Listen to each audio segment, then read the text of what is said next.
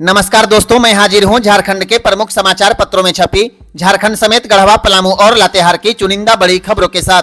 जानिए आज की तमाम बड़ी खबरें जो आपके लिए जानना बेहद जरूरी है। चाहे बात हो मैया सम्मान योजना की, पीएम और अबुआ आवास की, या फिर राशन कार्ड और पेंशन जैसी योजनाओं की। मौसम विभाग के अनुसार बुधवार को चतरा, गढ़वा, लातेहार और पलामू के कुछ हिस्सों में बहुत भारी बारिश देखने को मिल सकती है। मौसम विभाग ने कहा है कि 30 और 31 अक्टूबर को गिरिडीह, कोडरमा, लोहरदगा, बोकारो, रामगढ़, हजारीबाग, रांची, खूंटी, गुमला के अलावा दुमका, गोड्डा, पाकुड़ और साहबगंज के कुछ हिस्सों में भारी बारिश की आशंका है। बंगाल की खाड़ी में बना चक्रवात मोन्था अब भीषण तूफान में बदल गया। भारतीय मौसम विभाग ने चेतावनी जारी की है। कहा है झारखंड में अगले 48 घंटे तक भारी बारिश और तेज हवाओं का खतरा रहेगा। 31 अक्टूबर तक झारखंड के कई जिलों में भारी बारिश का अलर्ट जारी किया गया है। मौसम विभाग के मुताबिक हवा की रफ्तार 90 से 110 किलोमीटर प्रति घंटे तक हो सकती है। तूफान फिलहाल आंध्र प्रदेश के तट की ओर बढ़ रहा है, लेकिन इसका असर झारखंड तक देखने को मिलेगा। झारखंड के चाईबासा में सोमवार की देर रात नो एंट्री आंदोलन ने हिंसक रूप ले लिया। तांबो चौक पर ग्रामीण और पुलिस के बीच जबरदस्त झड़प हो गई। ग्रामीणों ने पथराव किया, जवाब में पुलिस ने लाठीचार्ज और आंसू गैस के गोले दागे। बताया गया कि प्रदर्शनकारी NH 220 और चाईबासा बाईपास पर दिन में भारी वाहनों की आवाजाही रोकने की मांग कर रहे थे। ग्रामीणों का कहना है कि इन वाहनों के कारण लगातार घटनाएं हो रही है और कई लोगों की जान जा चुकी है। सैकड़ों ग्रामीण परिवहन मंत्री दीपक बिरुआ के आवास की ओर जा रहे थे, लेकिन पुलिस ने उन्हें तांबो चौक पर रोक दिया। ऐसे में ग्रामीणों ने चूल्हा जलाकर वहीं पर भोजन बनाया और रात भर धरने पर बैठे रहे। स्थिति तब बिगड़ गई जब पुलिस ने उन्हें जबरन हटाने की कोशिश की। भीड़ उग्र हो गई, पथराव शुरू हुआ और हालात तनावपूर्ण हो गए। SDPO बाहमन टूटी की स्कॉर्पियो भी क्षतिग्रस्त कर दी गई। फिलहाल पुलिस ने स्थिति पर काबू पा लिया। हालांकि कई लोग घायल हुए हैं, लेकिन किसी गंभीर चोट की खबर नहीं है। पीएम किसान योजना को लेकर एक बड़ी खबर सामने आई है। प्रधानमंत्री किसान सम्मान निधि योजना की 21वीं किस्त के आधिकारिक तौर पर नवंबर 2025 के पहले सप्ताह में जारी होने की उम्मीद है। 6 और 11 नवंबर को होने वाले बिहार विधानसभा चुनाव से पहले सरकार 2000 रुपए किसानों के खाते में डाल सकती है। पंजाब, उत्तराखंड, हिमाचल प्रदेश और जम्मू कश्मीर में लाभार्थियों को 2000 का पेमेंट पहले ही किया जा चुका है। सरकार की ओर से अभी किसी प्रकार की कोई आधिकारिक घोषणा तो नहीं की गई, लेकिन मीडिया रिपोर्ट्स की माने तो सरकार पीएम किसान योजना की 21वीं किस्त के 2-2 हजार रुपए नवंबर के पहले सप्ताह में जारी करेगी। क्योंकि बिहार में चुनाव है और सरकार विधानसभा चुनाव से पहले यह किस्त जारी कर सकती है। फरवरी 2019 में शुरू की गई प्रधानमंत्री किसान सम्मान निधि योजना के तहत योग्य किसानों को सालाना 6000 रुपए की मदद मिलती है। यह पैसा DBT के माध्यम से उनके बैंक अकाउंट में 2000 रुपए की 3 बराबर किस्तों में ट्रांसफर किया जाता है। यह ध्यान रखना आपके लिए जरूरी है। जिन किसानों का EKYC पूरा हो गया है या जिनके बैंक अकाउंट आधार से लिंक हैं, उन्हें ही प्रधानमंत्री किसान सम्मान निधि योजना की यह किस्त मिलेगी। किसान ऑफिशियल वेबसाइट pmkisan.gov.in पर जाकर आसानी से पीएम किसान 21 इंस्टॉलमेंट पेमेंट स्टेटस चेक कर सकते हैं। वेबसाइट खोलने के बाद उन्हें बस बेनिफिशियरी स्टेटस पर क्लिक करना है, अपना आधार या मोबाइल नंबर डालना है और स्क्रीन पर दिख जाएगा कि किस्त भेजी गई है या नहीं। चुनाव आयोग ने मतदाता सूची पुनरीक्षण यानी SIR के दूसरे चरण का ऐलान कर दिया। बिहार के बाद अब 12 राज्य और केंद्र शासित प्रदेशों में मतदाता सूची पुनरीक्षण की प्रक्रिया शुरू की जाएगी, लेकिन झारखंड में भी इस प्रक्रिया को शुरू करने को लेकर चुनाव आयोग अपनी तैयारी पूरी कर रहा है। चुनाव आयोग ने SIR में वोटर द्वारा प्रस्तुत किए जाने वाले दस्तावेजों की सूची भी जारी की है। अगर आपके पास यह दस्तावेज है तो इन्हें आपको अपने BLO को दिखाना पड़ेगा। जो लोग यह दस्तावेज प्रस्तुत नहीं कर पाएंगे, SIR के बाद बनने वाली मतदाता सूची में उनका नाम कट जाएगा।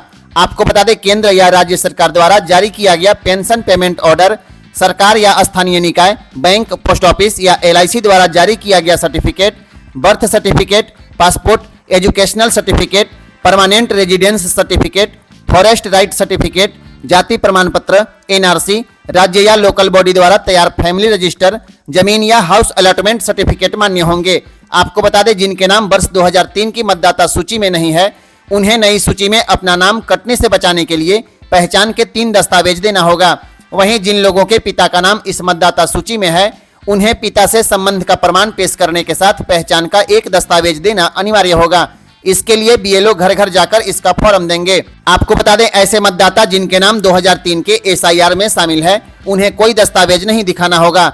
उन्हें सिर्फ अपनी प्रविष्टियां यानी डिटेल की पुष्टि करनी है और गणना प्रपत्र भरकर जमा करना होगा। वे मतदाता जिनके माता या पिता में से कोई भी एक 1 जनवरी 2003 तक वोटर लिस्ट में शामिल रहा है, उन्हें भी नामांकन के लिए कोई दस्तावेज नहीं देना होगा, भले ही उनका जन्म 1987 के पहले हुआ हो या बाद में। उन्हें सिर्फ माता पिता का ईपिक नंबर बताना होगा। ऐसे सभी वोटर जो 1987 के बाद जन्मे हैं और जिनका वोटर लिस्ट में एनरोलमेंट 2003 के बाद हुआ है, उन्हें दस्तावेजों से साबित करना होगा कि वे भारतीय हैं और 2003 से पहले उनका और माता पिता का नाम वोटर लिस्ट में कहां पर था।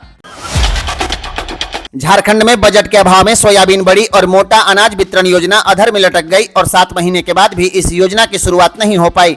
गरीब परिवारों को पोषण युक्त आहार देने की योजना फाइलों में अटक गई। 2860 करोड़ रुपए का प्रावधान भी बेअसर हो गया। झारखंड सरकार की 2 महत्वाकांक्षी योजनाएं सोयाबीन बड़ी वितरण योजना और मोटा अनाज वितरण योजना बजट की कमी के कारण अब तक शुरू नहीं हो सकी। इन योजनाओं का उद्देश्य गरीब परिवारों को चावल और गेहूं के साथ पोषण युक्त आहार उपलब्ध कराना था। 27 फरवरी 2024 को बजट भाषण के दौरान सरकार ने इस योजना की घोषणा की थी। इसके लिए 2860 करोड़ रुपए का बजटीय प्रावधान किया गया था। इसके अलावा वित्तीय वर्ष 2025-26 में गरीब परिवारों को बाजरा, ज्वार और रागी जैसे मोटे अनाज वितरण की भी योजना बनाई गई थी, लेकिन चालू वित्तीय वर्ष के 7 महीने गुजर जाने के बाद भी योजना धरातल पर नहीं उतर सकी। सूत्रों के मुताबिक बजट आवंटन नहीं होने के कारण विभाग इस योजना को लागू नहीं कर पा रहा है। वीडियो को अंत तक जरूर देखें ताकि कोई जरूरी सूचना छूट न जाए। वीडियो अच्छा लगे तो लाइक, कमेंट और शेयर करें और चैनल को सब्सक्राइब जरूर करें। कमेंट बॉक्स में जरूर बताएं आप किस जिले से इस वीडियो को देख रहे हैं और वीडियो आपको कैसा लगा। झारखंड के किसानों के लिए एक बड़ी खबर सामने आई है। झारखंड में इस साल धान की बम्पर पैदावार के बीच सरकार ने 1 दिसंबर से धान की खरीदारी शुरू करने की घोषणा की है। राज्य के सभी जिलों में धान अधिप्राप्ति केंद्रों का चयन जल्द कर लिया जाएगा। आपको बता दें, इस बार झारखंड में 47 लाख टन से अधिक धान उत्पादन का अनुमान है। अच्छी बारिश और मौसम ने किसानों को बम्पर उपज का तोहफा दिया है। इस वजह से सरकार ने धान खरीद केंद्रों की संख्या बढ़ाने का निर्णय लिया है ताकि किसानों को अपने धान की बिक्री में किसी तरह की दिक्कत न हो। आपको बता दें, झारखंड सरकार इस बार धान बेचने वाले किसानों के खाते में एक मुश्त राशि भेजने की घोषणा की है। इसके पहले झारखंड सरकार धान बेचने वाले किसानों के खाते में 2 किस्तों में धान का भुगतान करती थी, लेकिन इस बार ऐसा नहीं होगा। किसानों को धान बेचने के तुरंत बाद एक ही किस्त में धान का पूरा पैसा मिल जाएगा। झारखंड सरकार ने सरकारी स्कूलों के सामान्य वर्ग के प्री पोस्ट मैट्रिक छात्रों की छात्रवृत्ति बढ़ाने का निर्णय ले लिया है। 9वीं और 10वीं के छात्रों को अब 150 रुपए की बजाय 450 रुपए मिलेंगे। 11वीं और 12वीं के छात्रों की छात्रवृत्ति 230 रुपए से बढ़ाकर 500 रुपए कर दी जाएगी। इसमें करीब 58,000 बच्चों को लाभ होगा। इस वृद्धि से राजकोष पर लगभग 27 करोड़ रुपए का बोझ बढ़ेगा। मुख्यमंत्री हेमंत सोरेन ने स्कूली शिक्षा एवं साक्षरता विभाग के इस प्रस्ताव को स्वीकृति दे दी है। इस योजना के तहत सामान्य वर्ग के बच्चों को अब उचित लाभ मिलेगा, क्योंकि पहले केवल मामूली राशि दी जाती थी। छात्रवृत्ति की राशि डीबीटी के माध्यम से सीधे छात्रों के बैंक खातों में पहुंचेगी। माध्यमिक शिक्षा निदेशक इसके लिए भुगतान करेंगे। झारखंड में स्कूलों की सुविधा में विस्तार हुआ है, नामांकन बढ़ा है, लेकिन ड्रॉप आउट की समस्या बनी हुई है। अधिकतर बच्चों का पढ़ाई बीच में छोड़ना आर्थिक, सामाजिक और भौगोलिक कारणों से होता है। इसलिए सरकार ने छात्रवृत्ति बढ़ाने का निर्णय लिया है। झारखंड में आज भारतीय जनता पार्टी ने स्वास्थ्य विभाग में हुई लापरवाही के खिलाफ राज्य भर में जोरदार प्रदर्शन किया। चाईबासा में बच्चों को HIV संक्रमित खून चढ़ाए जाने की घटना को लेकर भाजपा कार्यकर्ताओं का गुस्सा पूरे झारखंड में फूट पड़ा। रांची से लेकर गढ़वा, बोकारो, धनबाद, पलामू तक हर जिले में भाजपा ने स्वास्थ्य मंत्री इरफान अंसारी का पुतला फूंका और हेमंत सरकार पर हमला बोला। भाजपा नेताओं का कहना है कि स्वास्थ्य मंत्री पूरी तरह नाकाम है और अब जनता के जीवन से खिलवाड़ बर्दाश्त नहीं किया जाएगा। भारतीय जनता पार्टी ने चेतावनी दी है कि अगर सरकार ने कार्रवाई नहीं की तो आंदोलन को और तेज किया जाएगा। आज के लिए बस इतना ही। फिर कल मिलेंगे गढ़वा, पलामू और लातेहार की तमाम बड़ी खबरें लेकर। धन्यवाद। वीडियो अच्छा लगे तो लाइक, कमेंट और शेयर करें और चैनल को सब्सक्राइब जरूर करें।